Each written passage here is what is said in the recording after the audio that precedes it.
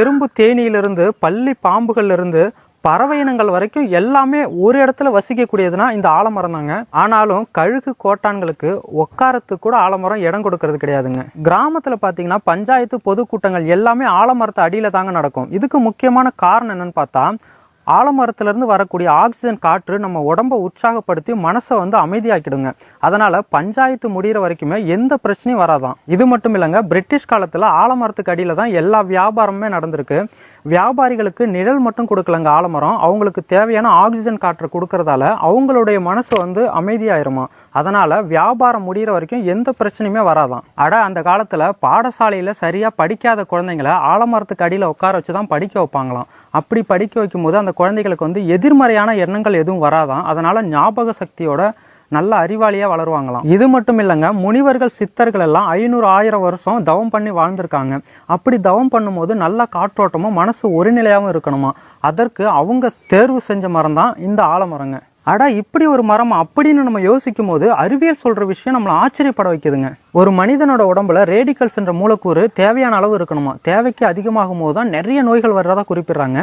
இந்த ரேடிக்கல்ஸ் மூலக்கூறை கட்டுப்படுத்தக்கூடிய ஆன்டி ஆக்சிடென்ட் இந்த ஆலமரத்தோட சாறுல இருக்கிறதா குறிப்பிடுறாங்க. அடுத்தது கருமேகங்களை சுண்டி இழுக்கக்கூடிய மரங்கள்ல முதல் இடத்துல இருக்கிறது ஆலமரம் தாங்க. அதனாலதான் வங்காளம், அசாம் போன்ற மாநிலங்கள்ல நிறைய மழை பெய்யுதுங்க. அங்க ஆலமரங்களும் அதிகமா இருக்குங்க. அடுத்து கிபி 70 ஆங்கிலேயர் ஒருத்தவர் தன்னோட வரலாற்று பக்கத்துல இந்தியாவில் ஒரு அதிசய மரம் இருக்கிறதாவும், அந்த மரம் வானத்திலிருந்து வேர்களை கீழே இறக்கி தன்னைத்தானே நடவு செய்து கொள்றதாவும் குறிப்பிடாருங்க. அது போல மாவீரன் அலெக்சாண்டரிய மலைக்க வைத்த மரம் நம்ம ஆலமரம் தாங்க. எப்படின்னா, அவர் இந்தியாவுக்கு போர் புரிய வரும்போது தன்னோட 7000 படை வீரர்கள் ஒரே ஆலமரத்து அடியில உட்கார்ந்துதான் ஓய்வெடுப்பாங்களாம். இதை கிரேக்க நாட்டு ஆசிரியர் ஒருத்தர் ரொம்ப பெருமையா குறிப்பிடாருங்க. ஒரு சின்ன மீன் முட்டையை விட ரொம்ப சின்னதா இருக்குமா ஆலமரத்தோட விதை. இந்த விதையில இருந்து தான் இவ்வளவு பெரிய ஆலமரம் உருவாயிருக்கு. இந்த ஆலமரத்துக்கு அடியில தான் மன்னரோட நாற்படைகளுமே தங்கி ஓய்வெடுப்பாங்களாம். ஆமாங்க, மரங்கள்லயே நீண்ட நாள் வாழக்கூடிய ஒரு மரமா ஆலமரம் இருக்குங்க. கிட்டத்தட்ட 5000 வருடங்கள் இதோட வாழ்நாளா குறிப்பிடுறாங்க. சோ ஆலமரம் நம்ம நாட்டோட பூர்வீகம், நம்ம நாட்டோட தேசிய மரம் அப்படிங்கறதுல நமக்கு உண்மையிலே பெருமை தாங்க. அந்த காலத்துல பறவைகளை வேட்டையாட போறவங்க தாங்க வேட்டையர்கள். இவங்க ஆலம் பால் கூட புங்க எண்ணெயை சேர்த்து தானியங்கள்ல கலந்து வைப்பாங்களாம். அப்படி வைக்கும் போது பறவைகள் அதை சாப்பிடுமா, அப்போ அது மயக்க நிலைக்கு போயிருமா. அந்த நேரத்துல பறவைகளை ரொம்ப சுலபமா வேட்டையாடிடுவாங்களாம். அடுத்து போருக்கு சென்ற வீரர்கள் திரும்பி வந்ததும் அந்த ஆலம் பழத்து கூட இளந்தளிர்களை மென்று திம்பாங்களாம்.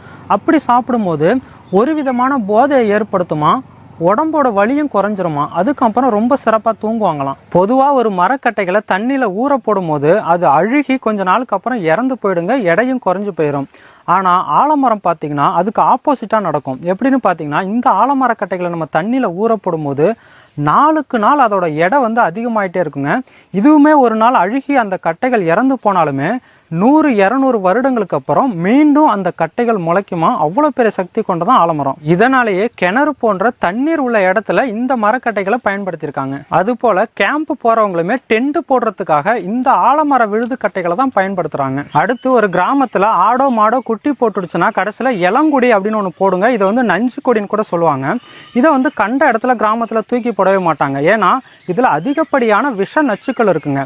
இது மனிதர்கள் இருந்து விலங்குகள் வரைக்கும் பாதிக்கும். இதை நீங்க மண்ணுல புதைச்சிட்டா கூட மண்ணு கெட்டு போயிருங்க.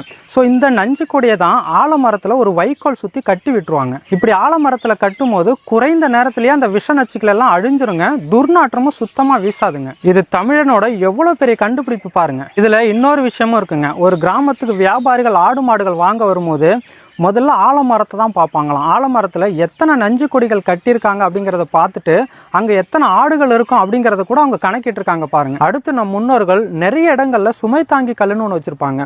இந்த சுமை தாங்கி கல்லு பாத்தீங்கன்னா பெரும்பாலும் ஆலமரத்துக்கு அடியில தான் வச்சிருப்பாங்க. அப்பெல்லாம் சாலைகளோ வாகனங்களோ எதுவுமே கிடையாதுங்க. வழிபோக்கர்கள் அந்த வழியா செல்லும் போதோ இல்ல விவசாயிகள் தங்களோட விவசாய பொருளை வீட்டுக்கு எடுத்து செல்லும் போதோ தங்களோட சுமைகளை அங்க இறக்கி வச்சுட்டு அந்த ஆலமரத்துல ஓய்வு எடுத்துட்டு அதுக்கப்புறம் தான் உற்சாகமா வீட்டுக்கு போவாங்களாம். அது ஏன் ஆலமரத்துல சுமை தாங்கி கல் வச்சு அதுல ஓய்வு எடுக்கிறாங்க அப்படின்னு உங்களுக்கு டவுட் வரலாங்க. ஆமா, ஆலமரத்துல இருக்கக்கூடிய ஆக்சிஜன் காற்று அவங்களை உற்சாகப்படுத்தி அடுத்து அவங்க ரொம்ப தூரம் போறதுக்கான அந்த களைப்பு இல்லாம செஞ்சிருமா. இவங்க சுமந்து வர அந்த பொருட்கள்ல ஏதாவது விஷத்தன்மை இருந்தாலும் அந்த ஆலமரம் அதை அழிச்சிருமா. எவ்வளவு பெரிய விஷயம் பாருங்க. இதுல இன்னொரு விஷயமும் இருக்குங்க. இந்த சுமை தாங்கி கல்லை ஏன் கருங்கல்ல கட்டியிருந்தாங்க.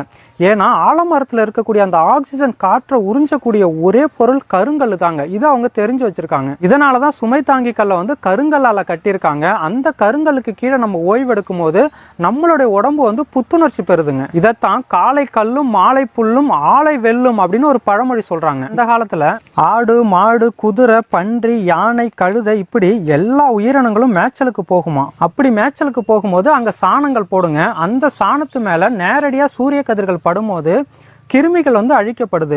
அந்த கிருமிகள் அழிக்கப்படும் போது அங்க அதிகப்படியான நச்சுக்கள் வெளியாகுமா. அந்த நச்சுக்களை சுத்தப்படுத்தக்கூடிய ஒரு திறமை ஆலமரத்துக்கு தான் இருக்கிறதா குறிப்பிடுறாங்க. இவ்வளவு சிறப்புகள் இருக்கிறதால தான் என்னவோ இந்தியாவிலிருந்து ஆலமரத்தை எடுத்துட்டு போயிட்டு அமெரிக்கா ஸ்பெயின் போன்ற பெரிய நாடுகள்ல இதை அதிக அளவில் வளர்த்துட்டு வராங்க. மரத்துக்கெல்லாம் தலைவனா இருக்கிற இந்த ஆலமரம் மருத்துவத்திலையும் எந்த குறையும் வைக்கலங்க. அதாவது லாக்டோபேசிலஸ் ஸ்ட்ரெப்டோகாக்கஸ் போன்ற பாக்டீரியாக்கள் தாங்க பற்சிதவை ஏற்படுத்துது. இதனாலதான் ஆலமரத்து விழுதுல பல்லு விளக்கும் போது அந்த விழுதுல இருக்கக்கூடிய துவர்ப்பு தன்மை வந்து பற்களில் உள்ள அந்த பாக்டீரியாக்களை அழிச்சிருமா, பற்களில் உள்ள ஈறுகளையும் வலிமைப்படுத்துமா. இதனாலதான் ஆளும் வேலும் பல்லு குருதி அப்படின்னு ஒரு பழமொழி கூட சொல்லியிருக்காங்க. அடுத்து வயாகரா மாத்திரையில் உள்ள மூலக்கூறுகள் ஆலம் பாலுல இருக்குன்னு இன்னைக்கு விஞ்ஞானம் சொன்னாலும் 1000 வருஷத்துக்கு முன்னாடி அகத்தியர் சொல்லியிருக்கிறது குறிப்பிடத்தக்கதுங்க. இன்னைக்கும் நிறைய காரியங்கள்ல தீயாகம் வளர்ப்பாங்க. அந்த தீயாகத்துல ஆலங்குச்சி அரசங்குச்சை தான் பயன்படுத்துவாங்க. இதுக்கு முக்கியமான காரணம் அங்க இருக்கக்கூடிய நச்சுக்களை இதெல்லாம் ரொம்ப சுலபமா அழிச்சிருங்க. அடுத்து இயற்கை விவசாயத்துல பஞ்சகாவியா கூட இந்த விழுதுகளோட நுனியை வந்து சேர்க்கிறாங்க.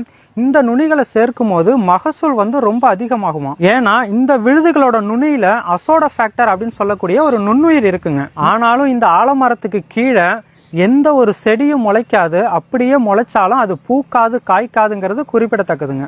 இப்பதாங்க தெரியுது என் கல்யாணத்தன்னைக்கு ஆள் போல் தழைத்து அருகு போல் வேரோடி மூங்கில் போல் சுற்ற முறியாமல் வாழ்வீர்னு ஏன் வாழ்த்துனாங்கன்னு. அட வாழ்த்துறது ஒரு பக்கம் இருக்கட்டுங்க, நீங்க வாயை பழக்கிற மாதிரி இன்னொரு விஷயம் சொல்றேன் கேளுங்க. உலகத்திலேயே ரொம்ப பெரிய ஆலமரமா, அதாவது பழமையான ஆலமரமா நம்ம சென்னை அடையாறுல இருக்கக்கூடிய ஆலமரத்தை தாங்க சொல்றாங்க. இதோட வயது பாத்தீங்கன்னா கிட்டத்தட்ட 450 வருடங்களுக்கு மேல இருக்குமா. ஆனாலும் கின்னஸ் ரெக்கார்டுல இடம் பிடிச்சிருக்கக்கூடிய ஆலமரம் எதுன்னு பாத்தீங்கன்னா கல்கத்தால இருக்கக்கூடிய ஆலமரம் தாங்க. இது பாத்தீங்கன்னா கிட்டத்தட்ட 250 வருடங்களுக்கு மேல வாழுதான். 4 ஏக்கர் பரப்பளவுல இந்த ஒரு மரம் அமைஞ்சிருக்குங்க. தனி மரம் தோப்பாகாதுன்னு பழமொழி சொல்லுவாங்க. இந்த ஒரு ஆலமரம் ஒரு காட்டையே உருவாக்கி வச்சிருக்கிறதாங்க பெரிய சாதனை. ஒரு விஷயம் வேண்டி கேட்டுக்கிறேங்க, ரோட டெவலப் பண்றனும் இந்த சாமிகளை அழிச்சிடாதீங்க.